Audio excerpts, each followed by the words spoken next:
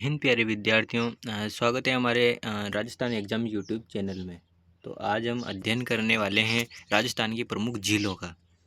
राजस्थान की प्रमुख झीलों के बारे में आज हम अध्ययन करेंगे, ठीक है।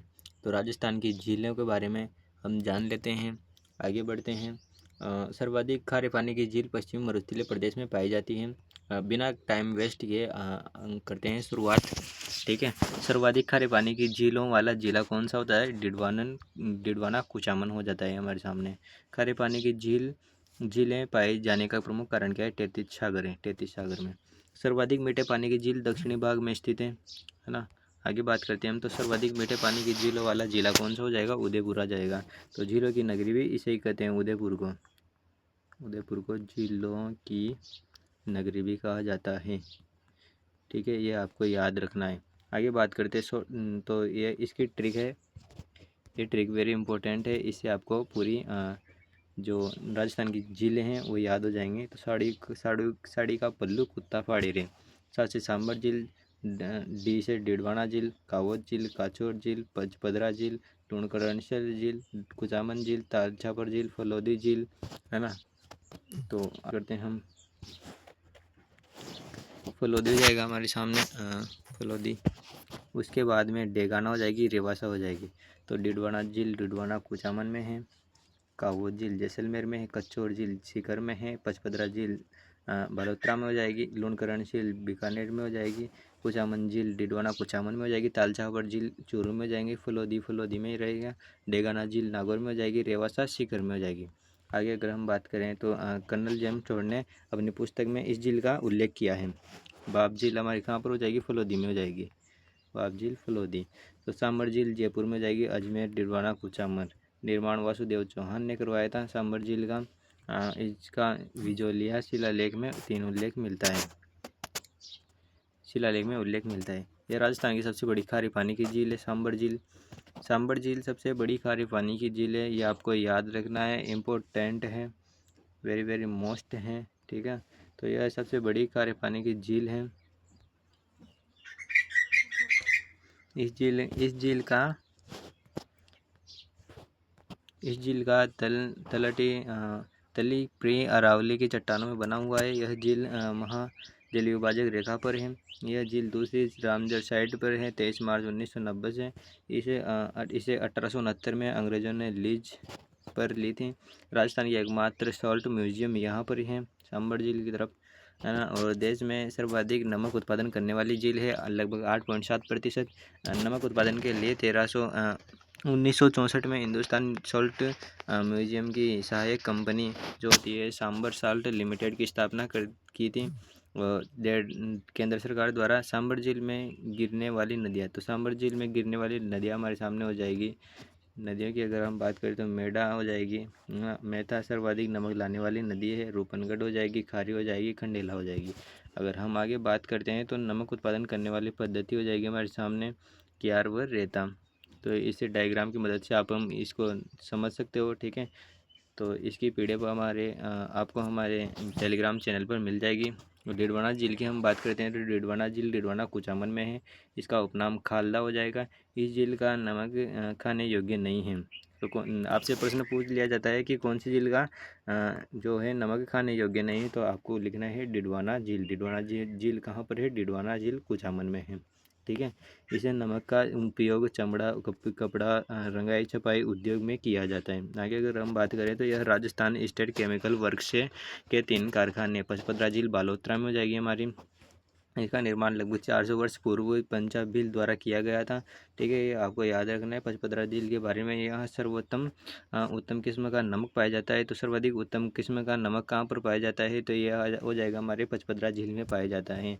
नमक उत्पादन की पद्धति कोबिया पद्धति है। नमक उत्पादन करने वाली जाति खारवाल जाति होती है, ठीक है, जो कि मोरली झाड़ी द्वारा होती है। यहाँ राजस्थान स्टेट सॉल्ट वर्क्स की स्थापना की गई है। नदी बेसिन लूनी नदी है। HPCL रिफाइनरी के कारण चर्चा में है और यहाँ के नमक में 98% सोडियम क्लोराइड की मात्रा पाई जाती है।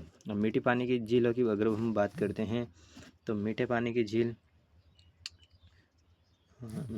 सर्वाधिक कहाँ पर है? मीठे पानी की झील दक्षिणी राजस्थान में है, सर्वाधिक मीठे पानी की झील कहाँ पर है? तो हो जाएगी हमारे सामने दक्षिण राजस्थान में। उदयपुर को हम झीलों की नगरी कहते हैं। हमने ऊपर देख लिया है। जयसंबंध झील हमारे सलूम्बर में हो जाएगी। इसका उपनाम देब्बर झील हो जाएगी ना। टेब्बर झील निर्माण जयसिंह प्रथम के द्वारा 1685 से 1691 तक नदी गोमती नदी पर है जयसंबंध झील। आगे अगर हम बात करते हैं तो राजस्थान की सबसे बड़ी मानव निर्मित मीठे पानी की झील है जयसंबंध झील। एशिया की दूसरी सबसे बड़ी कृत्रिम मीठे पानी की झील है। इस झील में 7 टापू है जिस पर मीणा व भील जनजाति के लोग निवास करते हैं। तो ये जयसंबंध झील हो जाएगी हमारी। डायग्राम की मदद से आप समझ सकते हो। तो अगला हमारे सामने आता है पिछोला झील।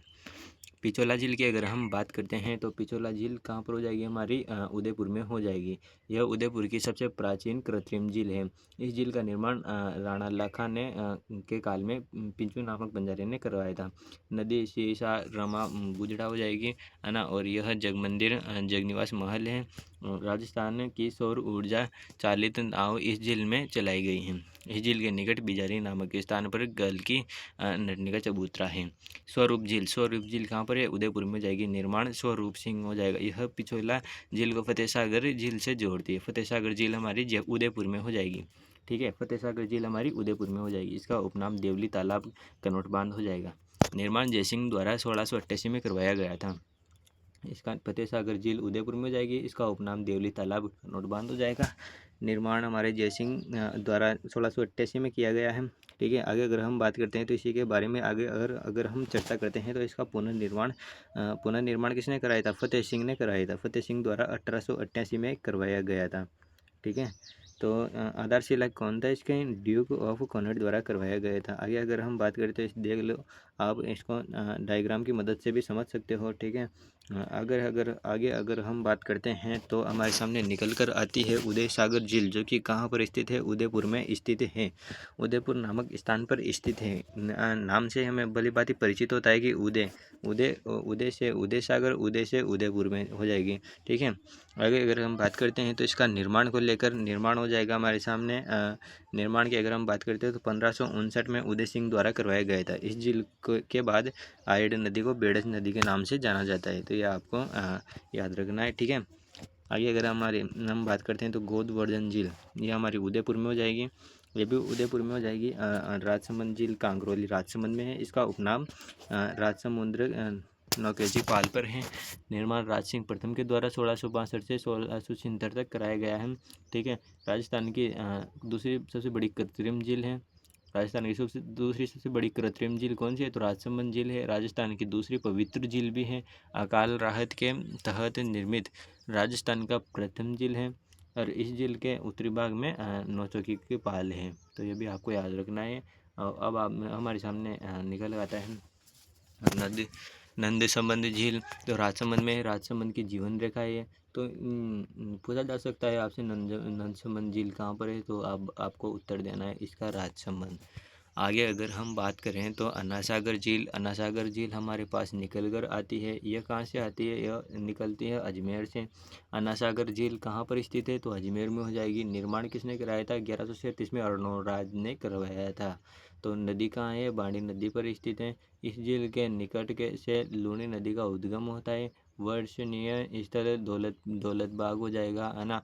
और हमारे सामने दौलत बाग हो जाएगा। ठीक है, हमारे सामने और निकल कर आता है तो सुभाष उद्यान वर्तमान नाम क्या है, इसका निर्माण जहांगीर ने करवाया था। इसका नाम है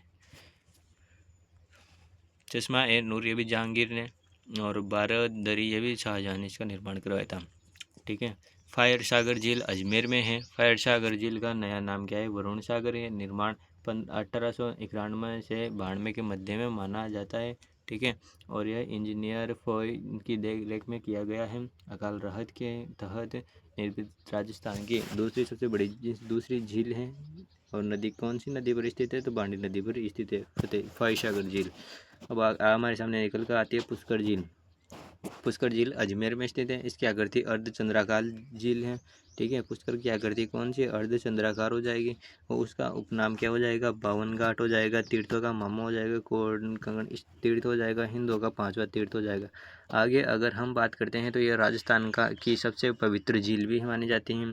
पुष्कर झील राजस्थान की सबसे पवित्र झील मानी जाती है। राजस्थान की सबसे प्राचीन व सबसे बड़ी प्राकृतिक झील भी है। कार्तिक पूर्णिमा को यहाँ पर भव्य मेला लगता है जिसे रंगीला मेला भी कहा जाता है। कार्तिक पूर्णिमा को पुष्कर में एक मेला लगता है जिसे रंगीला मेला भी कहा जाता है। पुष्कर झील कहाँ पर है? तो पुष्कर झील हमारे सामने हो जाएगी, अजमेर में स्थित है। ठीक है, तो ये आपको याद रखना है। यह NH58 पर है, NH58 है ना। और कनाडा के सहयोग से इस झील को साफ कर दिया गया था। तो इस डायग्राम की मदद से आप समझ सकते हो। ठीक है, तो आगे अगर हम बात करते हैं तो बिसलसर झील कहाँ पर हो जाएगी हमारी? ये भी अजमेर में हो जाएगी। जोधपुर की झील की अगर हम बात करते हैं तो बालसमंद झील जोधपुर की सबसे प्राचीन झील है। हैं तो बालसमंद झील हो जाएगी हमारे सामने। जोधपुर की सबसे प्राचीन झील है। जोधपुर की सबसे प्राचीन झील आपसे प्रश्न पूछा जा सकता है तो कौन सी है? तो ये हो जाएगी बालसमंद झील। इसका निर्माण 1159 में बालक राव द्वारा करवाया गया था। आगे हमारे सामने निकल कर आती है कायलाना झील। देखो प्यारे विद्यार्थियों, अगर आपने अभी तक भी लाइक नहीं किया है तो वीडियो को कर दीजिए लाइक और एक कर दीजिए प्यारा सा कमेंट। ठीक है, कमाईचा झील हमारे सामने हो जाएगी। इसका उपनाम प्रताप सागर झील हो जाएगा। अगर आपको वीडियो समझ ना आए तो एक बार पुनः देख सकते हो आप। इस झील का आधुनिकीकरण 1872 में प्रताप सिंह के द्वारा करवाया गया था। इस झील में जल की मूर्ति है।